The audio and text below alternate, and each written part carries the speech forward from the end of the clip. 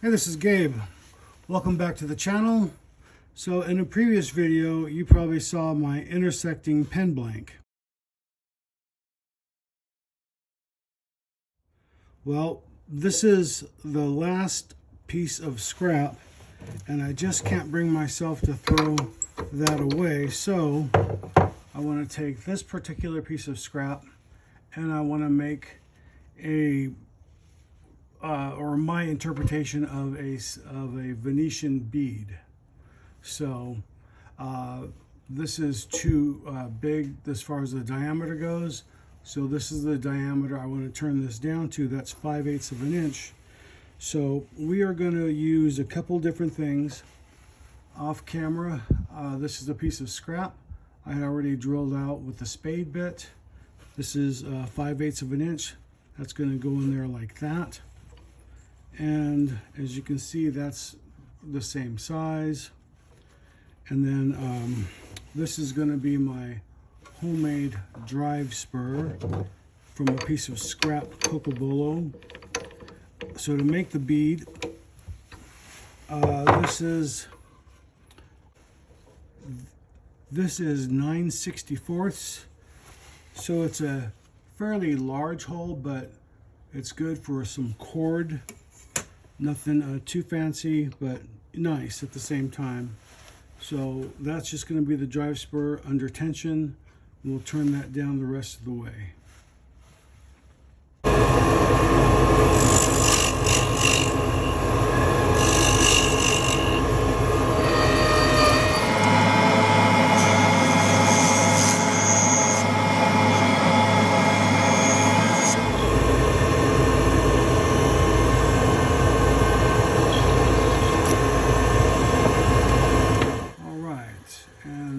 See, that fits in there nice.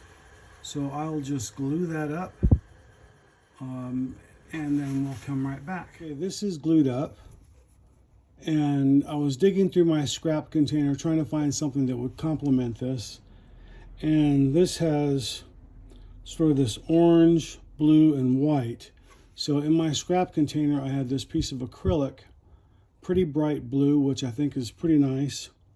So I'm going to put this right in the middle. So I need to part this off. I need it flat on both sides and parted, obviously. And probably 3/8 of an inch, or no, maybe a quarter. That's 1, 2, yeah, probably a 1/4 inch right in the middle. We'll see how one little part looks first.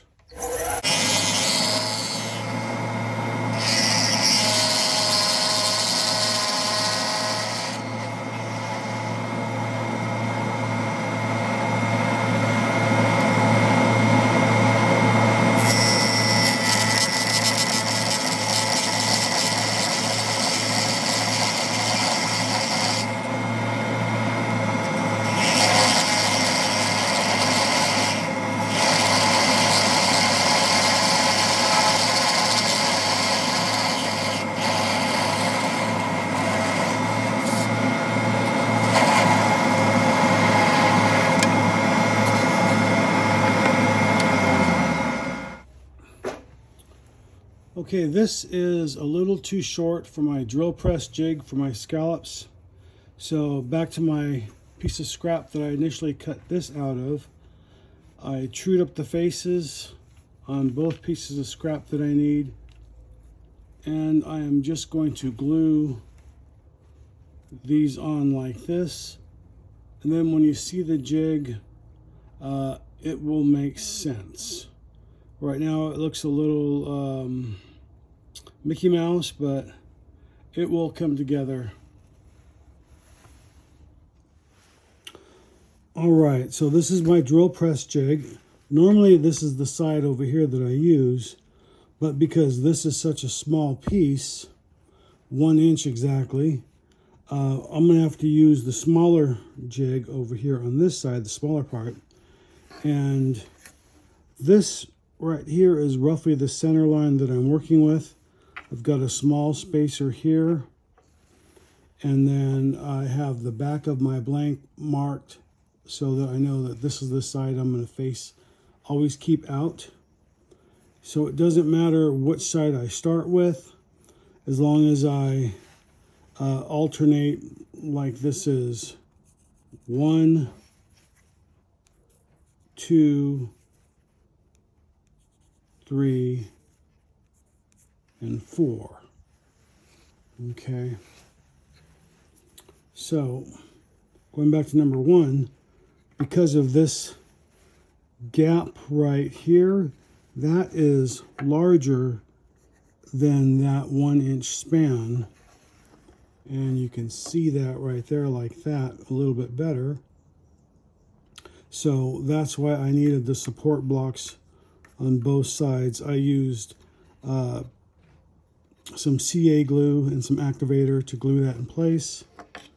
I'll use my wedge, slide that in there, and then I'll pound that in place, and then we are pretty much good to go.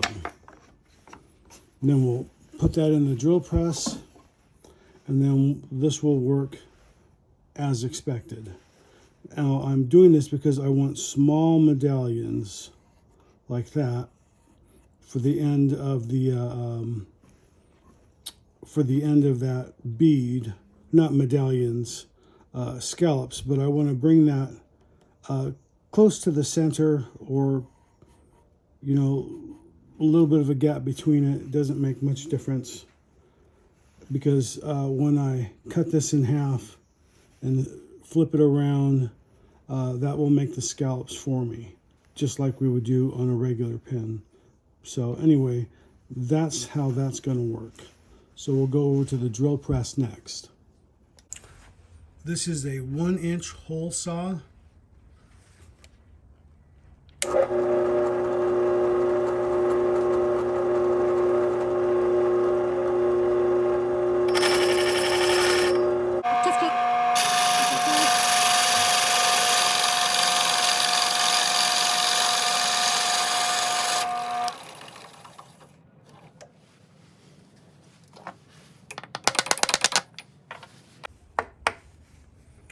There, you can see we're right in the middle where that hole was drilled, and that is the reason I have to put this inside another piece of wood so that we can drill out the side. Otherwise it will be impossible to hold a round blank. So we will just fill this in with something appropriate, and then we will come right back. Right. I went through my segments and I found these purple hearts that I already had cut up, which is great because I like using purple heart. And I'm going to use aluminum this time instead of PVC. So that is what that is going to look like. You can see we have aluminum and the purple heart. And I'm just going to flood that with some thin CA. Hit it with the accelerator. I'm going to cut these off and then sand that flush. Got some wax paper down to protect my tool. This is the thin CA that I use.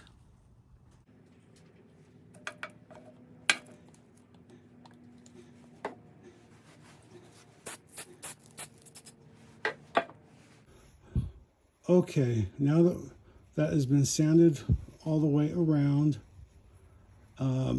this is the first side we did here.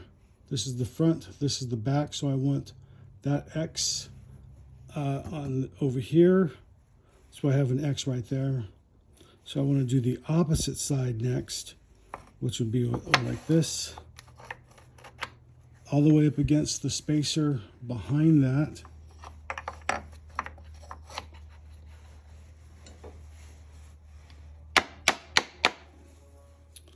That's locked in place.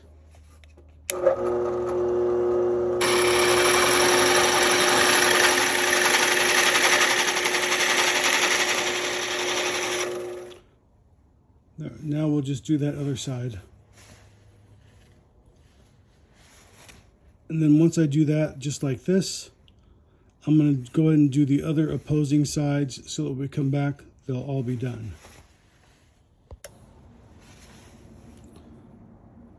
Okay, those are all done and nicely balanced all the way around. And that is the line there and the line on the edge right there.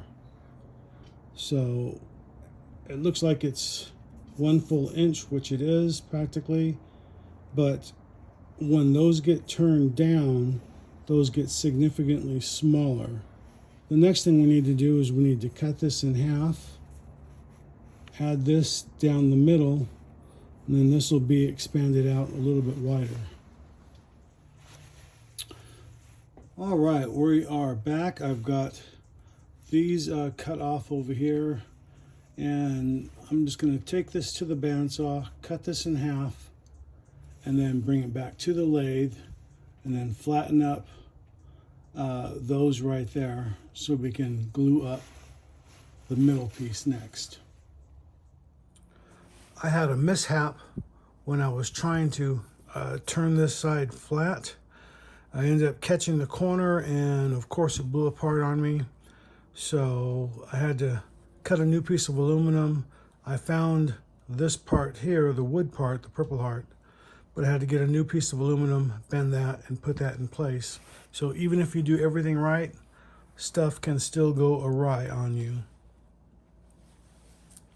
So what we're going to do is I'm just going to take this piece right here, sandwich that between 2 pieces of aluminum, and glue that together. The scallops I'm going to keep on the middle instead of the outside. If I did it like this, the scallops would be on the outside. So I want to invert them like this.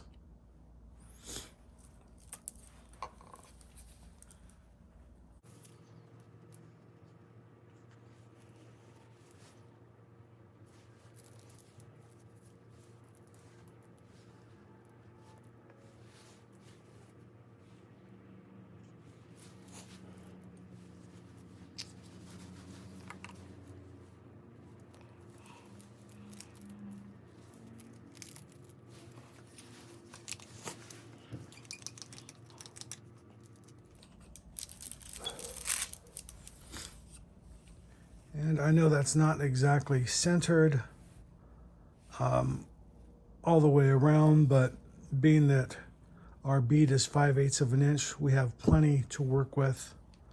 And it's going to be actually smaller than 5/8 an inch diameter, so that will still work out just fine. All right, as you can see, that's been glued up, and I sanded those pieces down, and I relieve the edges so that will turn better without catching.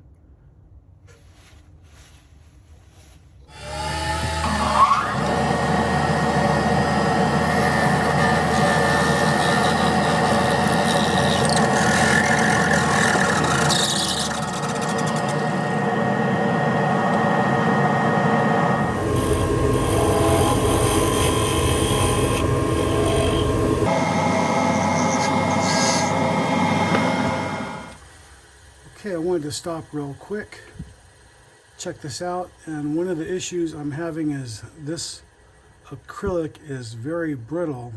It keeps shattering. I rotated this over once from one side to the other. The pressure from the live center causes that to shatter. So I need to come up with something else real quick. All right, so real quick, I just reached into my scrap container, and then this is a piece of scrap ebonite. I coned the inside to sort of match this. I just use this little tool right here for plugs. And on the opposite side, that was turned down so that this goes in here like that. And then this I swept back so that I have some room when I make that bead, and that sort of emulates the other side. So under tension, that is acting as a mandrel and holding it in place. So that should work good now.